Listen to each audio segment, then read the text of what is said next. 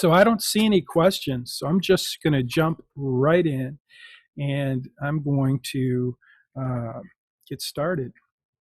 So let's start by just a review of the course. I want to review where we've been, what we've covered, and where we're going to end it for now. And so we started off with the big idea how to become a millionaire by age 50.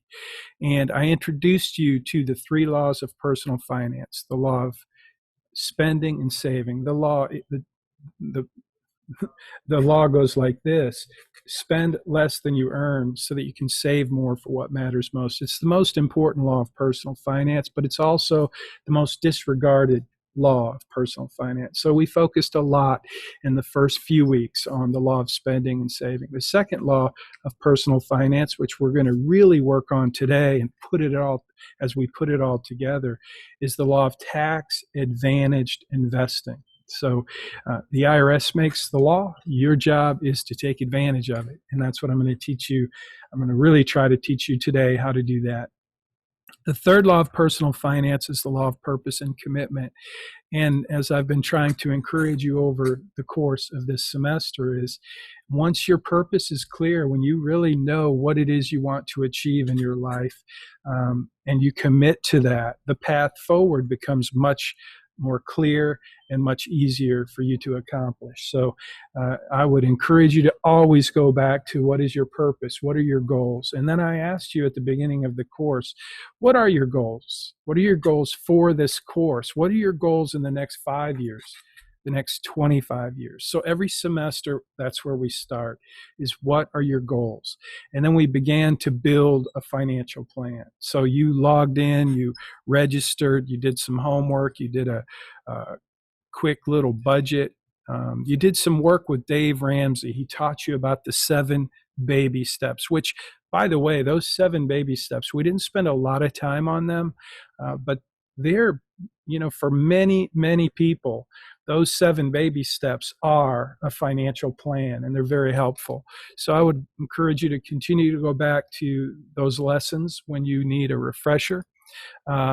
You did some great work, by the way, in your video assignments and your articles. Week number 2, we got into budgets, spent some time with Charles Schwab in that playlist, and you actually created a simple budget and told me what you learned. At the same time, you logged in, signed up for your online planning portal, and you got to work on your financial plan. Then you remember the Credit Crush assignment where you went out, you bought your dream house, you bought your car and a toy, and then you went in and you plugged that into your plan. And then I think that same week you did your credit report. You got your free credit report, and you listed your creditors. So that was an important part of the semester. We did that. I think it was week 3. It should have been week 3. Week 4, you basically built your first financial plan using the online portal that we set up through Bayrock. So you started then to build your financial plan. And this is, I think if anyone who's listening right now actually failed the course and has to take it again, or if you're a student who is thinking about taking this course, this Zoom meeting probably is a good place to start, because this is what we've done over the semester, and this is kind of the wrap-up show. So anyway, you got set up. You shared your first memories of money. You did a parental interview, and that was one of my favorite lessons, one of my favorite assignments. And then I told you the story about Billy and Sally, and I call the title of that lesson Consumer Beware. And I tell you the story about Billy and Sally, and then we start working on the Credit Crush assignment.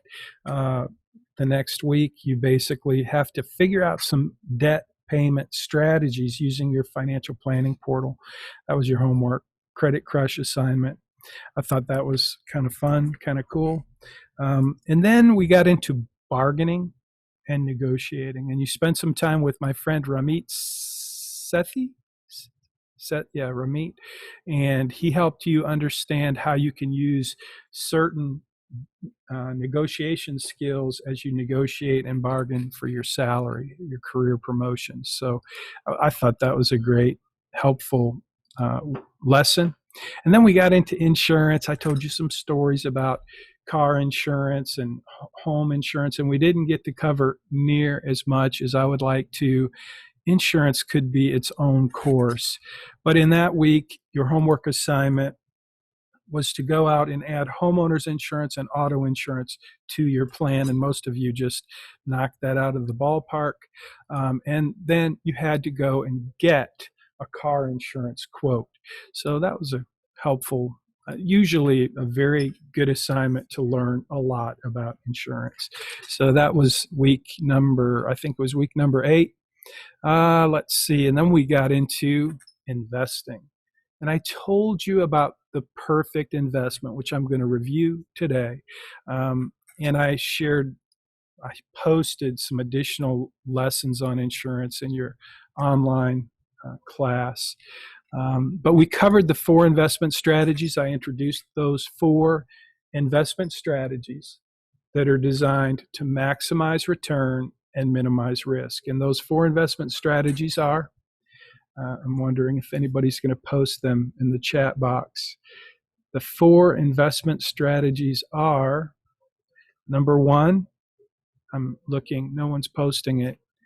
I know you guys are actually watching Netflix, right? Nobody? Oh, diversification. Yes, Yolani, that's number 1. For my cash flow. Okay, so Randy, I'll get to that. I see that question. I'll come back to that.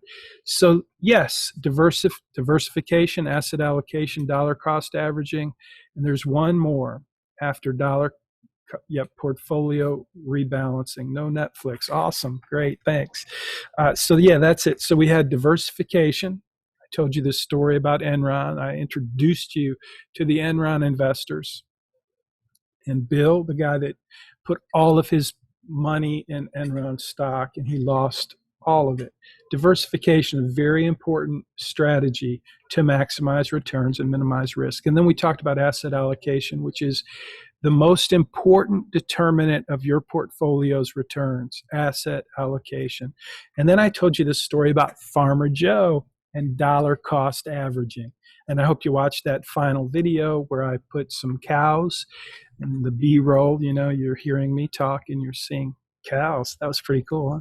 Dollar cost averaging with Farmer Joe. Very helpful. I believe dollar cost averaging is the most powerful investment strategy that can help you, especially if you have a long career of investing in front of you. And if you're young, you do.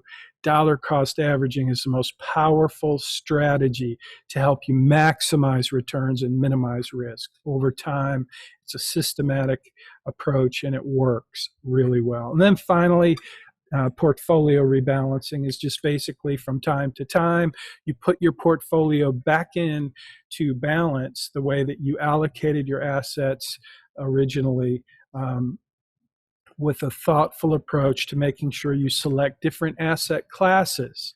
We spent a good deal of time talking about asset classes, and I want to encourage you as you continue moving forward and learning about personal finance and investing in particular, just don't be afraid of understanding asset classes, because that's really the building block of asset allocation is asset classes. So make sure you pay attention to those. Netflix is not an asset class, but it is in an asset class, which I would say is technology. Anyway, that's kind of... So there we had investing lessons.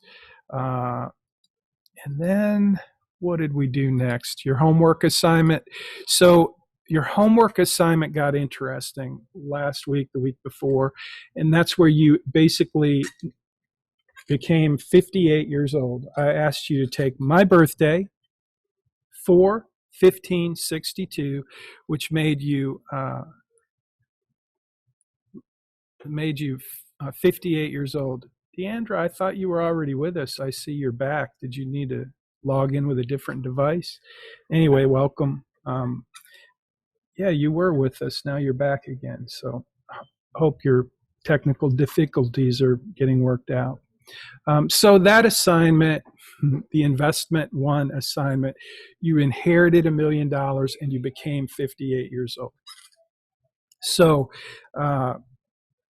that was part one. Part two is to just go back and change your asset allocation so that you get to see how that moves the needle on your retirement plan in terms of probability of success. Makes a huge difference. Again, asset allocation is the number one determinant of your portfolio's returns. So first you inherited $1 million and I said you can put it anywhere you want. Just put it in the checking account. That's great. Change your birthday, look at your plan, get familiar with it. But then the next week, I asked you to do some changes so that you could see how it moved the needle.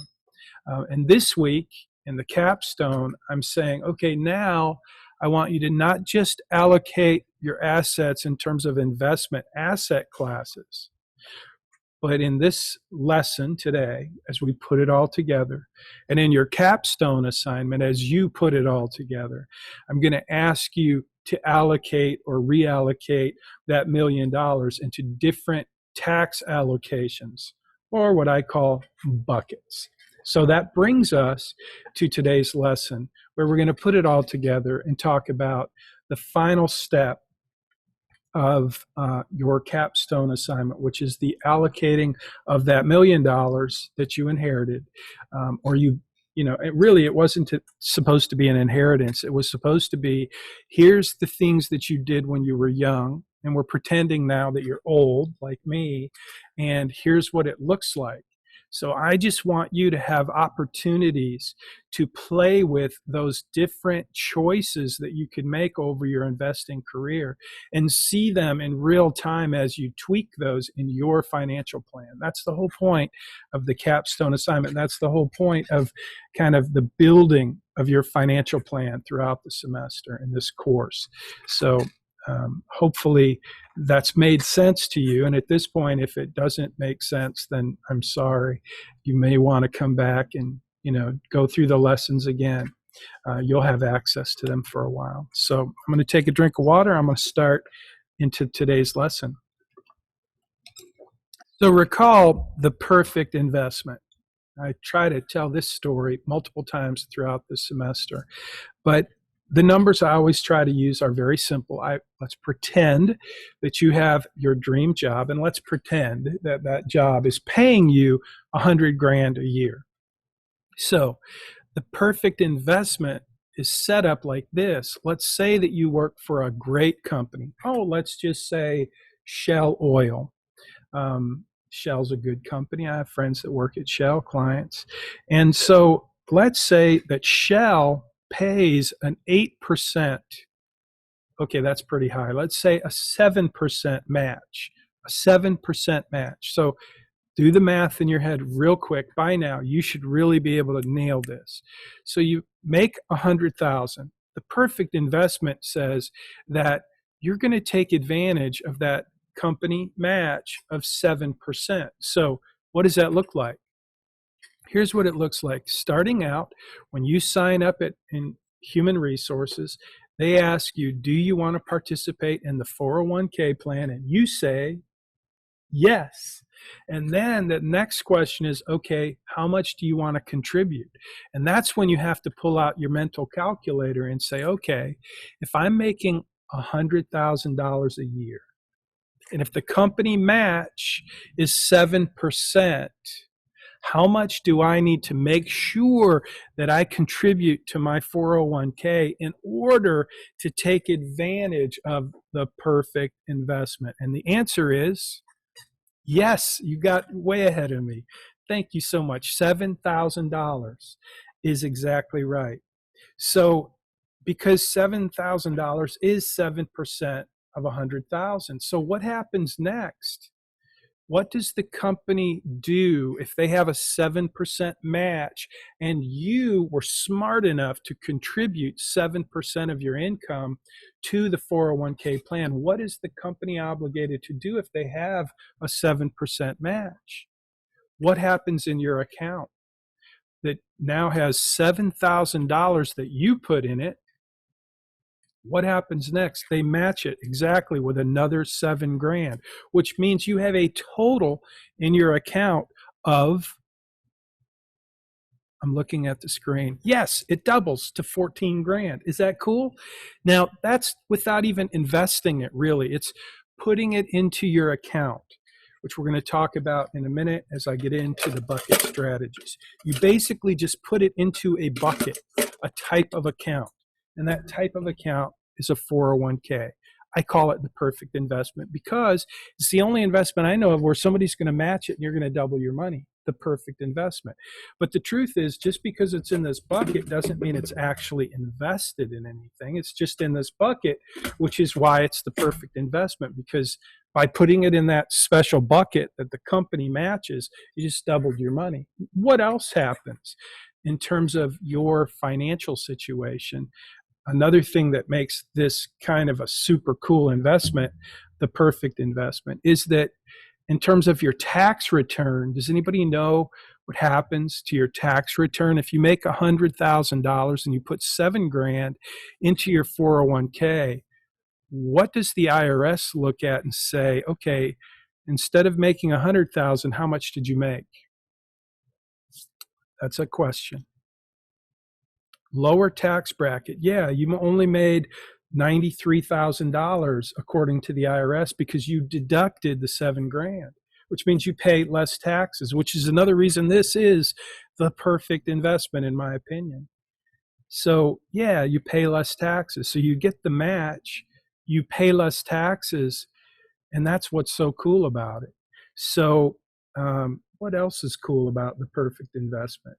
One thing you need to know is if you leave that job within 3 years, you say you don't love working for Shell and you get an offer to go work for Google, well, chances are you're going to lose that match if you don't stay there for 3 years. So just be aware of that. And if you do stay for 5 years and then you go to Google, you're going to want to roll that over into a different type of account. Instead of leaving it in that 401k, you're going to want to roll it over into an IRA. And you should have done some homework assignments this week to distinguish what is an IRA, what is a Roth IRA, what are the limits you can contribute.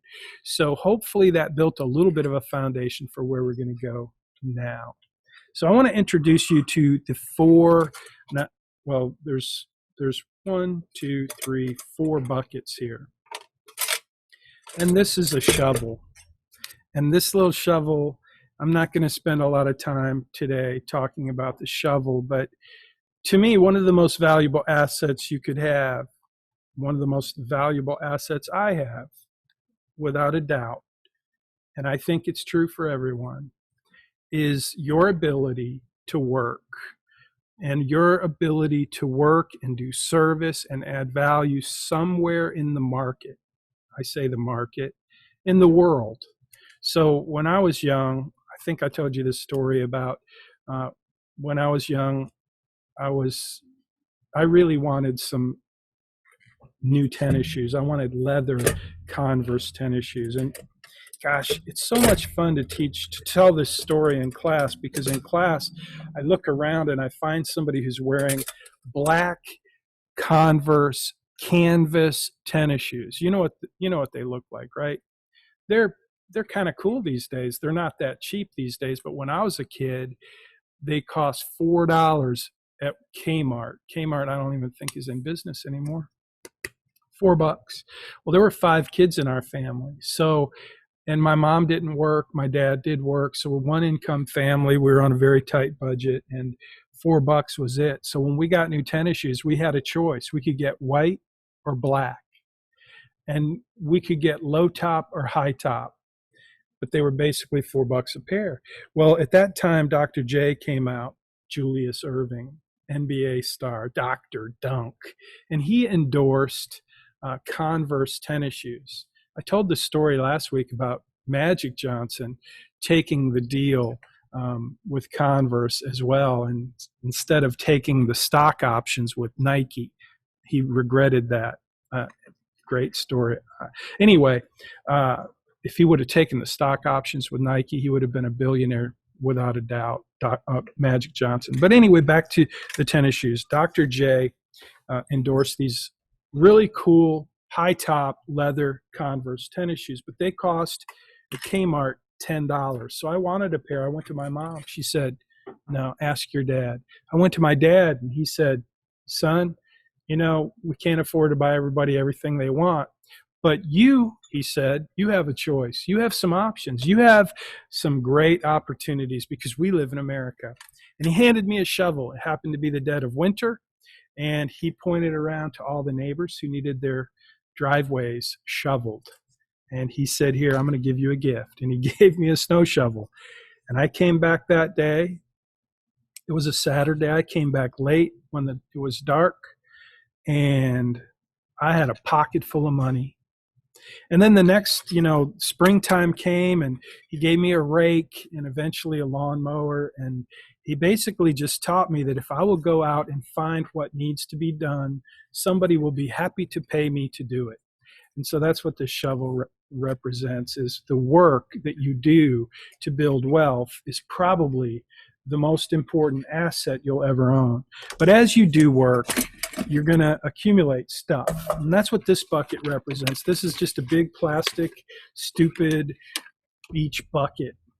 And I just want you to know this represents anything you can put in it. Your iPhone, your Bose earphones, your Yeti mug, your bucket, the tools you use at work. Everything you own can go into that bucket. It's just a bucket that represents everything that is yours.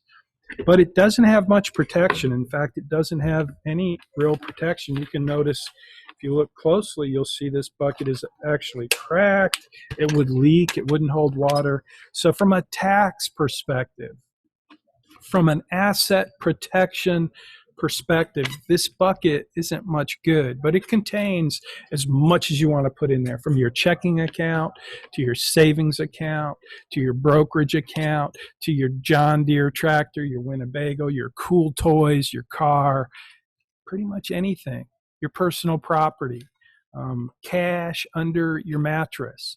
That's what that bucket represents. And it's just a bucket, but it compares to this bucket very differently. This bucket happens to represent a 401k. And when I say 401k, I'm not just talking about a company 401k, because maybe you work for the government. Maybe you work for the University of Houston. Instead of a 401k, if you worked for the University of Houston, this bucket would be a 403b. And those numbers, all they really are different sections of the IRS code. And remember, this lesson is about tax-advantaged investing. The IRS makes the law, the rules, and when they write them down, they put them in code. So 401k is a paragraph number, 403b is a paragraph number, 457, the government plan. They all basically work the same way, and that is like that perfect investment. When you put money into this bucket, you get a tax deduction. And you get a lot of other protections that come with being a tax qualified account. So this bucket represents a type of account that you can put a lot of money in, but it is limited. Unlike this bucket, you can put as much in this bucket. This bucket could be 1,000,000 times bigger than it is. You can never fill it up. It can constantly get bigger and bigger. There's no rules, boundaries, or limitations on what you can put in this bucket, but there's really no protection either. You can get sued. It can, burn up, blah, blah, blah. But in this bucket, you have lots of protections, but you do have rules, boundaries, and limitations. But the biggest benefit to this bucket is what? The perfect investment. So this is a bucket most people want to fill up, or at least you want to contribute to this bucket to the extent that you're taking advantage of the perfect investment. Does that make sense? That's what this bucket represents. This is the 401k bucket. So the next bucket we have is the bucket that I call the IRA bucket. We'll get to this bucket in a minute. Hopefully, some of you right now can already tell me the difference between these two buckets. One is the tax deductible traditional IRA. IRA stands for, it should stand for individual retirement account, but it actually stands for individual retirement arrangement. It's got very similar rules to this bucket, but when you leave an employer, you generally don't want to leave the money that you invested in this type of account in the company 401k. You generally want to roll it over into your own individual retirement account or arrangement. And that's what this bucket is. And you notice it's smaller because you can put a lot of money. You guys did the math, you did the research, and you told me in an earlier assignment, what are the contribution limits? How much can you invest in a 401k? How much can you invest in a traditional IRA? So it's a smaller bucket, but it has the same benefit. It's tax deductible, it's tax deferred. Oh, I forgot to tell you that you don't pay tax on the growth in this bucket. That's one of the benefits. There were three of them. One is you get the match. Number two, you get the deduction. Number three, it's tax deferred, which means if I invest in whatever asset classes I choose for my 401k, and over time they grow, I don't pay tax on it until I take it out when I'm older. But it's tax deferred. That's true about your IRA as well. Tax deferred. You get a tax deduction and you get tax deferred growth. That's why tax advantaged investing is much better than investing in this bucket. So I'm going to now take it to the next level, and we now have the third bucket. See, there are different sizes. I think the Roth IRA probably should be the same size as this because, as you know, you could contribute to your Roth IRA account the same amount you could contribute to your tax deductible traditional IRA. So maybe it should be the same size, but this is gold. This is not gold in my opinion. This is gold because, for one thing, I needed buckets that would fit into each other. But this gold bucket represents the Roth IRA. It's the only tax-free investment type of investment account that I know of. It's the only one there is the Roth IRA. So I'm going to spend a few minutes talking about the Roth IRA. I'm going to tell you a story about a client. His name is JD.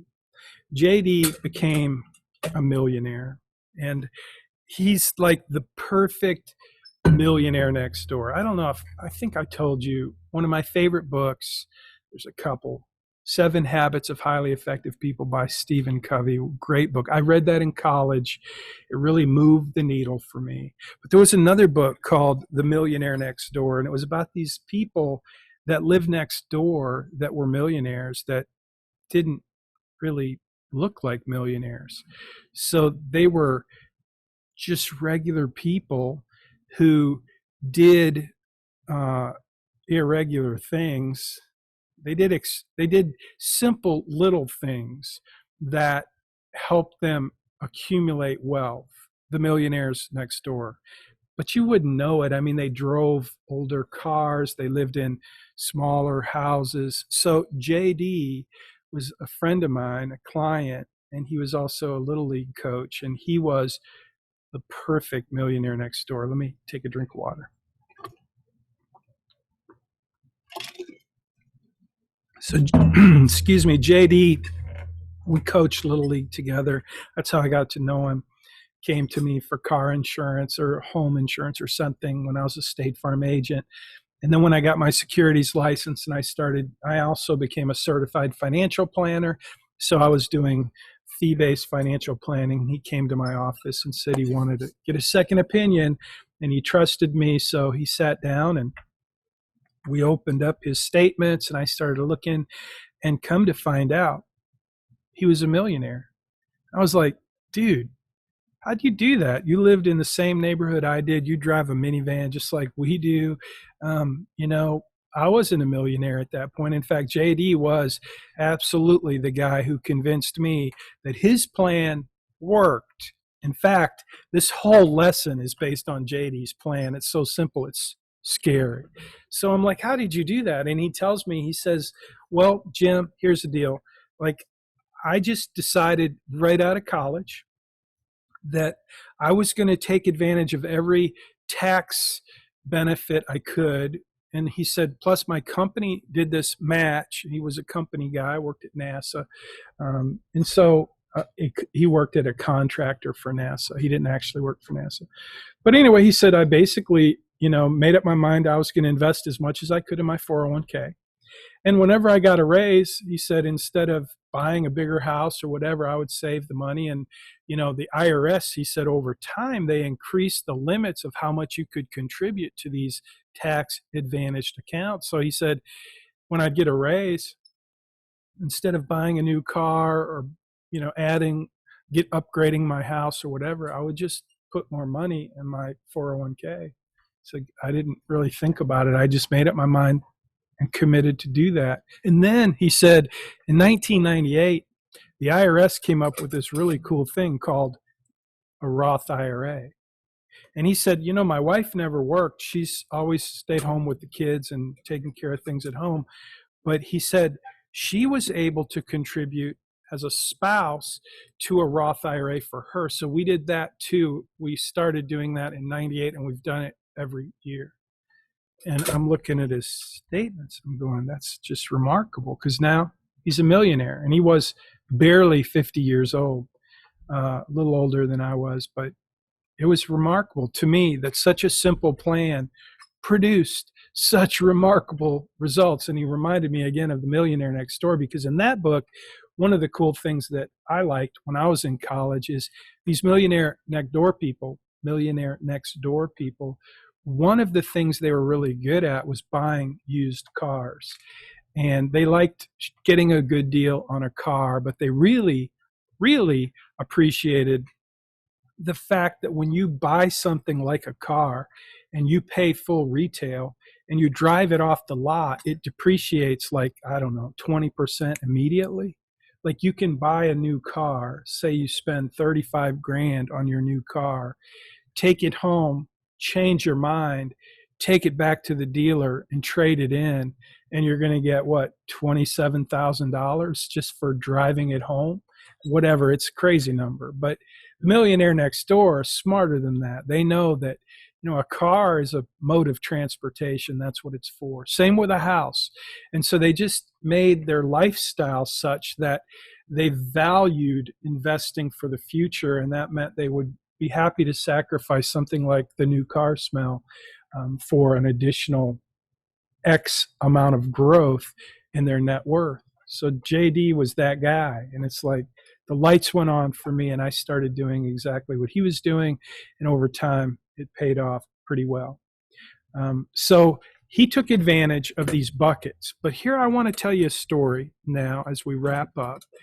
This is why, I love that book too, Yolani. I should read it again. I will read it again. So here's inside of this gold bucket is a gold bag. I'm going to just call this Apple stock, because this story illustrates why it's so important to allocate your investments into the right tax strategy. So when I say tax strategy, I mean putting as much as you can into a Roth IRA is a strategy. Investing in a tax-free type of account. But what you invest, always understand, coming into this course, you may not have realized that a Roth IRA is not an investment. A 401k is not an investment. It's a type of account. And so you have to choose, what are you going to actually invest? So I'm going to tell you a story about Andrea Smart. She did basically the same plan that JD did. She was a client, and she did very well for herself, and she had invested in her Roth IRA.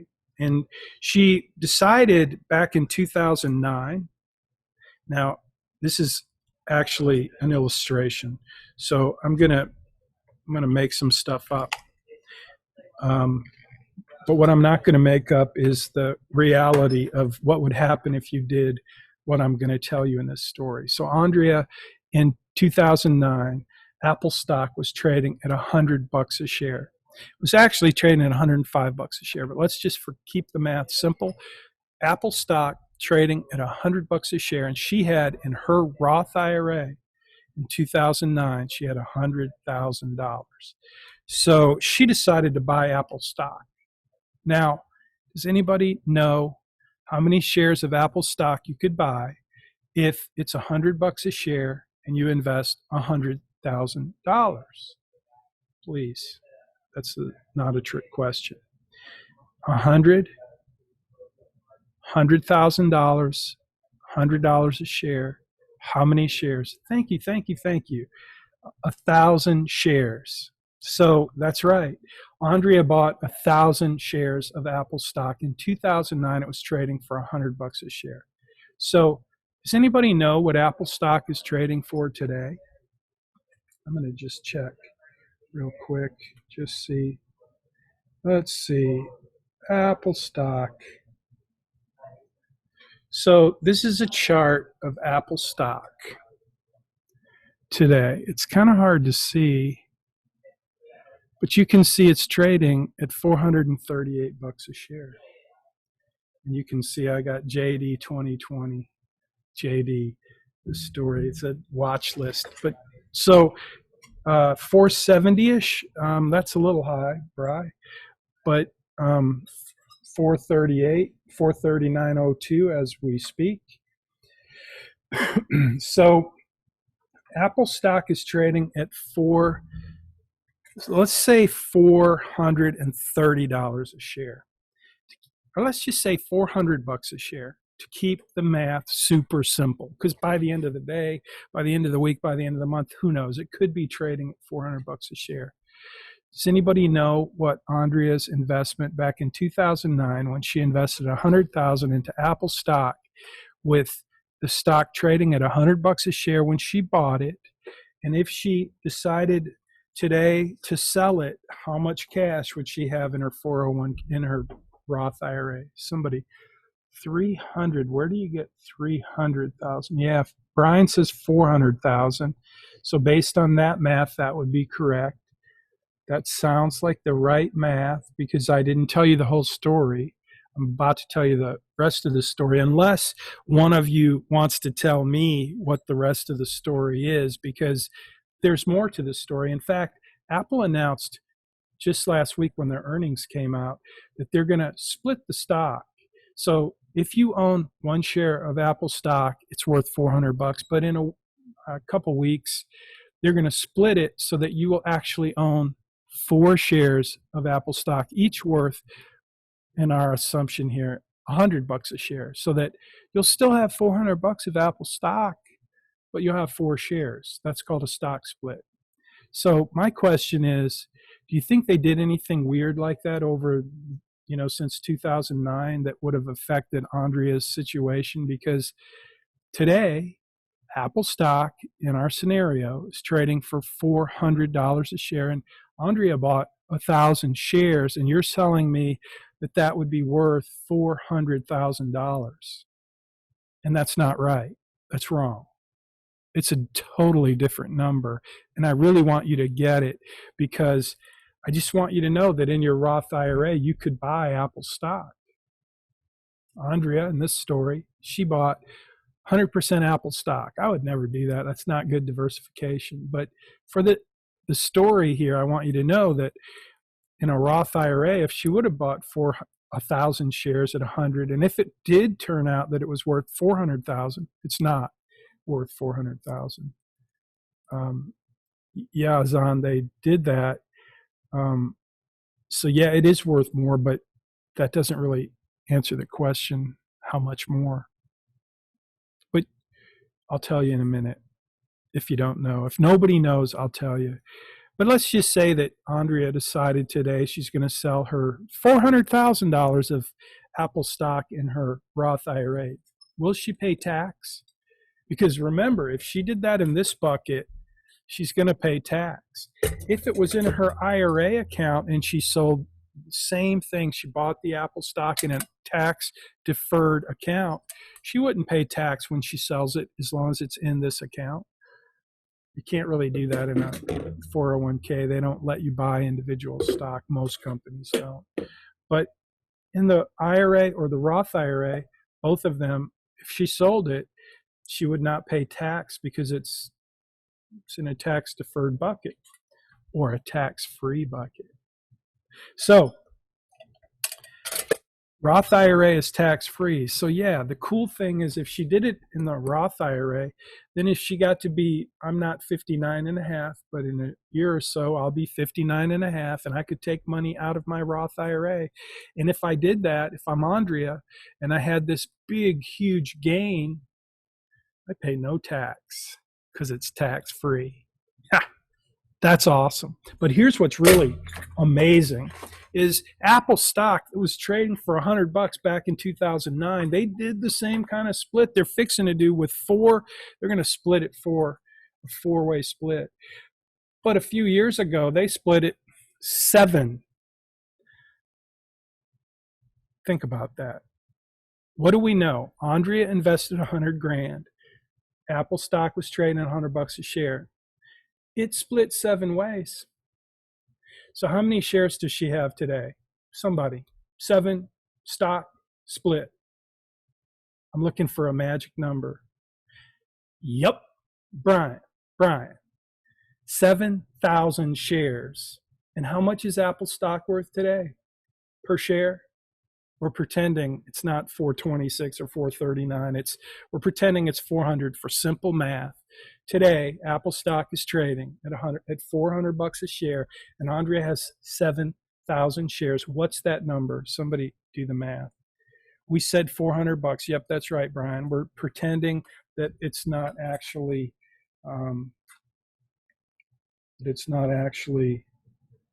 439. We're pretending that it's 400. So somebody do some math for me. $400 a share and 7,000 shares. Is that right, Camille? Seriously? How much? What? Wait a minute. You're telling me $100,000 investment in Apple stock in 2009 could turn out to be 2.8 million? You could get like rich if you pick the right stock. I'm not suggesting you put all your money in any one stock, but gosh, Apple, Amazon, there are some stocks that have done amazingly well. And what's going to happen for Andrea when she sells that Apple stock? Maybe she doesn't ever sell it. Maybe Apple stock goes way up. It keeps going up. But the whole point is, in your financial plan, the idea of asset allocation, the most important determinant of your portfolio's returns. In other words, are you going to allocate your assets to some tech stock, like growth stocks? I think you should over time, especially when you understand dollar cost averaging, you should do that. But the real point here today in this final lesson as you prepare to put the finishing touches on your capstone assignment on your financial plan, pretending you have $1 million to allocate in terms of allocating the asset classes and the tax allocation. My question to you is, which of these buckets would be more valuable to you? This bucket this is the bucket, by the way, that 98% of you put your $1 million in. This plastic, your checking account, brokerage account, maybe you invested it in a piece of real estate, but you put your $1 million in a non-tax qualified bucket. Some of you, 1 or 2 maybe, put it in a 401k a little bit.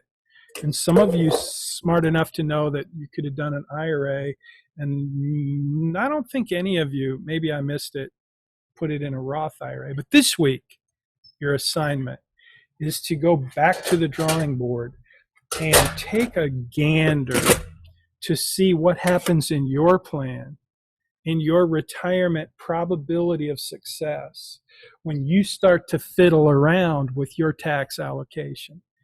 And I'm very curious to grade those capstone assignments, because I'm assuming that some of you are going to recognize the value of a tax-free type of account, especially when you invest in this type of account with asset classes that have the potential for significant growth instead of just cash, which I know seems really safe, but trust me, cash will not outpace inflation, which basically means 10 years from now, if they're still selling this phone, it's not going to be $1,000 like it is today. It's going to be $1,500 or $2,000 or whatever. Everything you buy, from gasoline to jasmine rice, is going to cost more in the future, which means your cash is going to be worth less, which is one reason why you invest in asset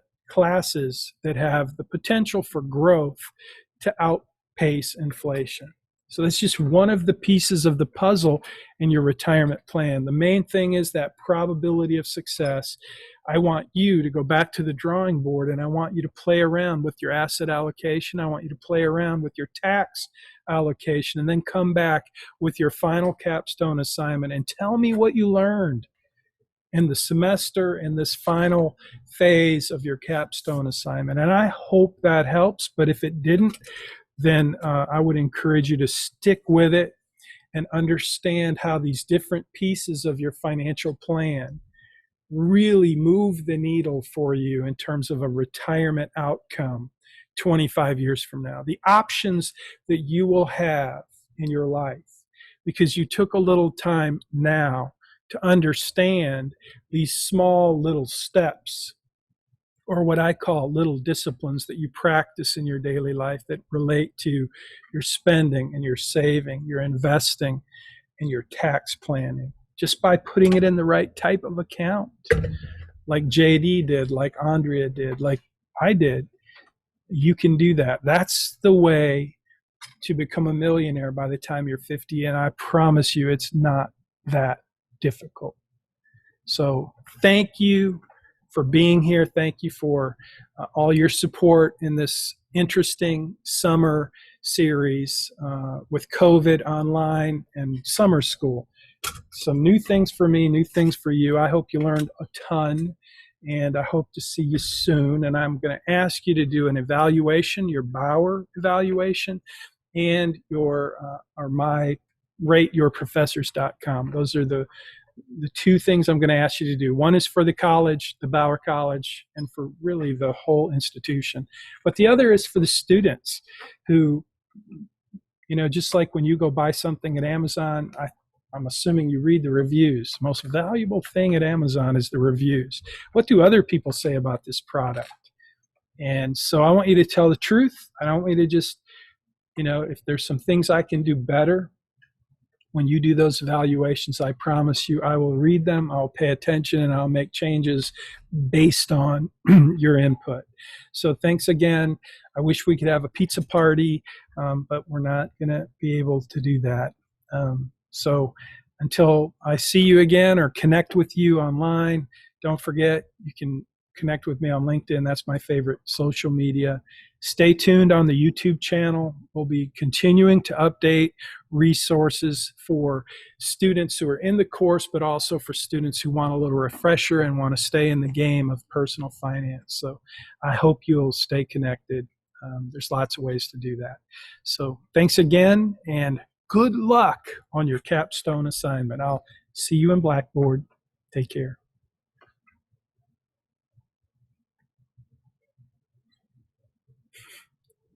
I'll wait. Okay, I'll wait. Okay, Randy, you want me to look at your question? Let me see. Let me see first. So if the Roth IRA limit is $6,000 per year, how could she invest $100,000 in 2009? Great question. So let's say that she invested $6,000 a year from 1998 until 2009. How much would she have in that account? That's the question. And what if she invested it in certain stocks and asset classes that really grew? That's how she would have 100 grand in that account. So in 2009, Andrea had 100 grand in her Roth IRA. Doesn't mean she contributed 100 grand in 2009. It means she had accumulated 100 grand. So that's that question. Can you tell us if you're going to teach another course at UH? Yes, I am next semester.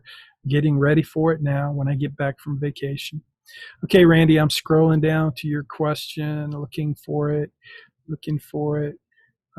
Okay, so for my goals portion in the financial plan, it affects cash flow, like, for example, saving up for a dream house and a dream car. But we also added a home and car loan to our debt portion. So they kind of interfere with each other because on the cash flow, it's like I bought a home twice and a car twice. Yeah, so that's a great question. You don't know how to fix the cash flow portion. So this tells me something, Randy. It tells me that you watched the video that I did where I said, look at the cash flow and see if there's anything you see that is out of sync that I'm going to question. And that is one thing I would question.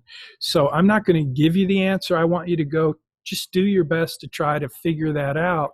And if you don't figure it out, that's okay. You won't get deducted for not being able to figure it out. It will give me something to come back and say, okay, here's something I saw, and I'll give you the answer later. You'll have to stay tuned. But I'm not going to give you the answer now because I want you to go and check it out. There is a reason for that. But don't spend too much time. Just go and make sure you address it in your capstone. Say, here's what I see. I don't know why, but if you do a little research, you'll probably be able to figure it out. Just don't spend too much time, but I'm not going to give you the answer. Sorry, I was still in the middle of time. Okay.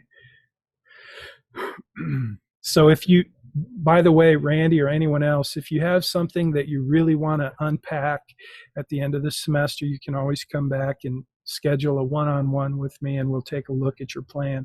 But since this is all hypothetical at this point, Randy, I wouldn't worry about it too much. Just the goal here is for you to learn and to be able to look at your plan and unpack it. So I will give you the answer after the course, after you finish. Okay, I'm looking at some more. Thank you for the kind words. Yeah, no, Randy, it won't get deducted. There's going to be a lot of things, by the way, in your plan or your capstone that will be incorrect, and that's okay. The purpose is not to get a perfect plan. The purpose is to learn as much as you can and to really see how the needle gets moved when you start to tweak things like investment asset allocation and tax allocation and those debt strategies. I mean, those are the main things. So, yep, you did. And your work so far, Randy's looked good. So thanks for your question and good luck figuring it out.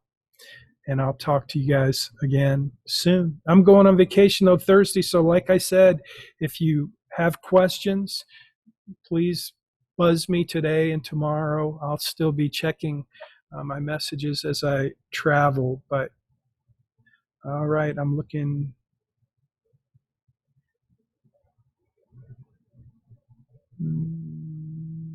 Glad you got the book.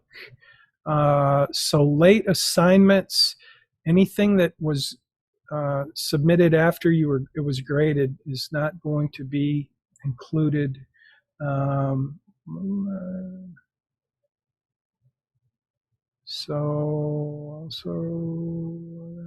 Okay.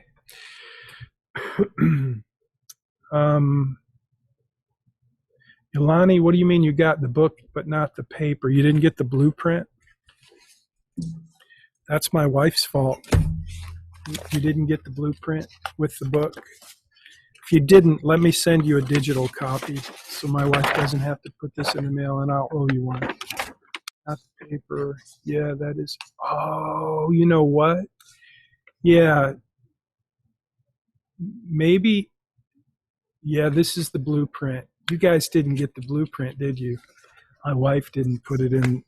So let me send you the digital copy. Is that okay? Because This is really more for reference. It is the original blueprint, and I do have a bunch of copies, and I'll be happy to give you one, but I don't want to have my wife put them in the mail. So, okay, I'll get you guys the blueprint, but it'll be digital, if that's okay. Hopefully you enjoyed the book. My wife said I should have signed it, but I didn't know if that was appropriate. Maybe next time. I'll sign it if you ever want to bring it by the office. Y'all take care. We're way over time, so I'm going to shut this down now. And I'll see you in Group Me. Take care.